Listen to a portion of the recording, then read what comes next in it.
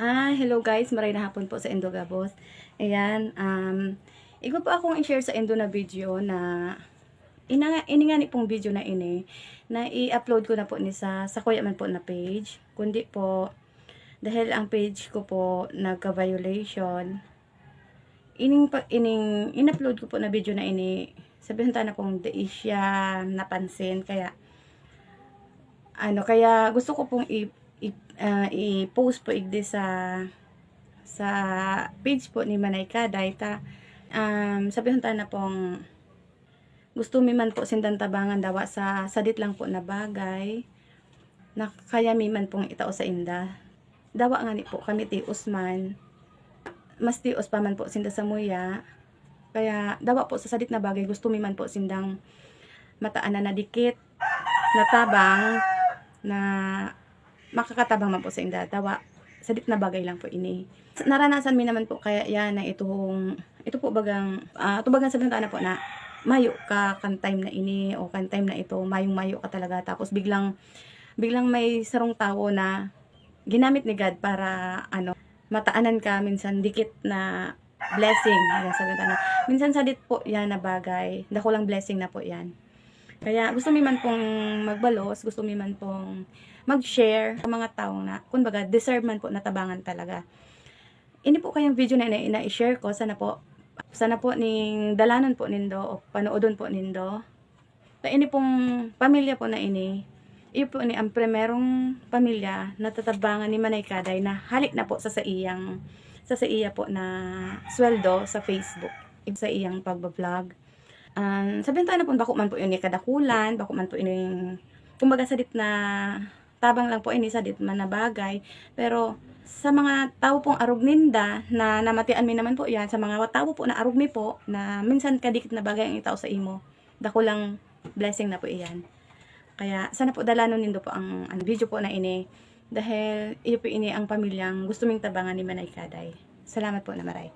Pasensya na po kamo kung Tagalog po ini po kaya yan duman ko po kaya in-upload sa sarok ko na page sa harong ni Raget mama mo si Raget ama na ibahan mo kami sa indig de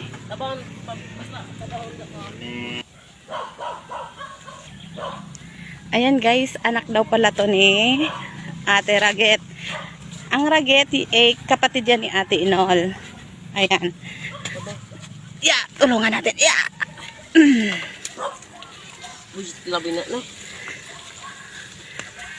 saan kayo nag-iigib ng tubig boy? Diyan po. Sa gripo? Observe na po kami. Ha? Observe po. Ha? Ito, observe po. Dyan. Ayan. Sumunod na lang tayo sa kanita. Ano yan? Tugang mo pa yan? Hindi po. 1, 2, 3. Ayan. Di mo ng anong ayam? Yamok na.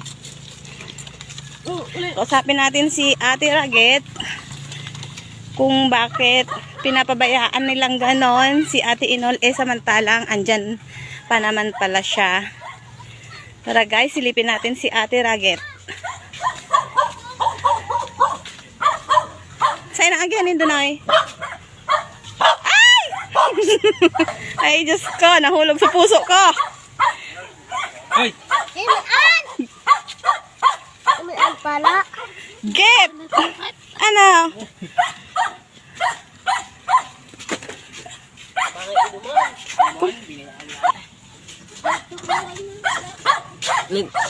May manok dyan. Ayan, ito yung bahay ni Ate Raget. Diyos ko day, paano ba naman talaga siya makakatulong sa kapatid niya kung pati nga siya kailangan din ng tulong. Ayan o. Ito yung barong-barong ni Ate Raget. Ayan. Pasok kami dito sa kanilang bahay. Ayan. Ito yung bahay ni Ate Raget. Ayan, andyan. Yung kanilang lutuan sa baba. Ayan. Tapos may nagtuturog pa dyan. Ha? Tutulog sa akin. Diyan natutulog yung anak mo. Yung isa mong anak dyan natutulog. Ah. Dito. Ayan guys, yung ibang anak niya daw dito natutulog sa lapag. Yan lang oh. Yan lang yung sapi nila. Yan. Tapos dito daw silang mag-asawa. Tapos diyan naman yung ibang anak. Ayan yung diyan sila nagluluto. Ayan.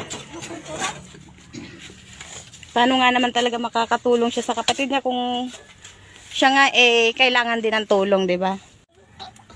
Ha? Kailangan tapa, malaw.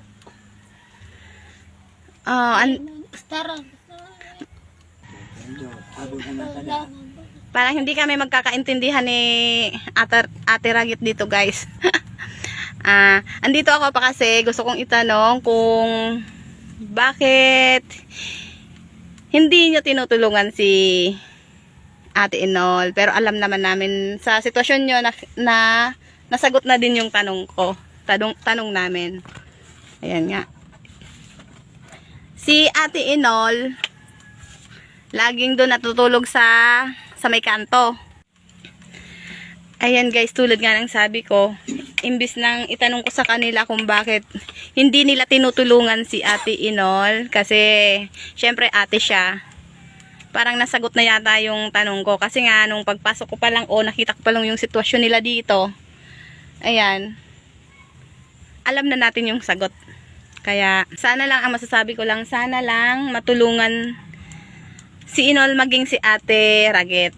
Kasi kailangan po talaga nila ng tulong. Sana yung may mga mabuting puso dyan, sana matulungan po natin sila kahit sa bahala po kayo kung kahit sa anong paraan po. Pwede rin sa pag-share ng video ko para mas marami yung makapanood, para mas makarating sa mga taong may busilak na puso, para tulungan din po sila. Ayan guys. Get, pira ang aki mo. Ilan yung anak mo? Anak nyo? Ha? Aki? 4. Anong trabaho ni Kuya? Wala kang trabaho, Kuya. Kasi may sakit ka din, may karamdaman ka din. O, paano na pala pagburuhay nindo digde? Yung panganay nyo po, siya yung nagtatrabaho sa ngayon. Ilang taon na po yung panganay ninyo, Kuya? 17. 17 years old. Siya na yung tumutulong sa inyo para High school na rin yan, high school. high school. PEDS naman. Ano pong trabaho niya? Design. Yung panganay nyo po, na tumutulong sa inyo. Ano po yung, Pajak sa rawat. Nagpapadyak. Naghanap pasahero. Magkano naman po yung kinikita niya sa isang araw? Kung sinaga pa. Ang gatos ba? Sa isang araw, minsan, Sinta. minsan 80 pesos. Naman. 80 pesos o 100 pesos po sa isang araw. Pag walang pasok. Ganun po ba? Diyos ko. Pag may pasok po, wala. Walang kita. Ganun po. Sige po. Ayan guys. Sana matulungan po natin sila. Kasi sobrang nakakaawa naman po yung sitwasyon nila. Si ate, kagagaling lang din sa sakit. Medyo nagpapa-recover muna ng kanyang sarili. Tapos si kuya naman hindi makapagtrabaho kasi gawa nga ng meron din po siyang iniindang karamdaman ngayon. Ayan. Si Ate Ragit po, ano po yan? Kapatid po siya ni Ate Eleanor. Kayo na po guys ang bahala kung sa anong paraan po natin sila matulungan. Sige po. Maraming salamat po. sa inyong lahat. Ayan, sige. Yan. Ha, huwag mahiya. Basta sabi ko, tulungan nyo si mama nyo, yung papa nyo. Ito. Huwag yung pababayaan. Nag-aaral ka din? Ilang taon ka na? Ha? Katalasi po. 14.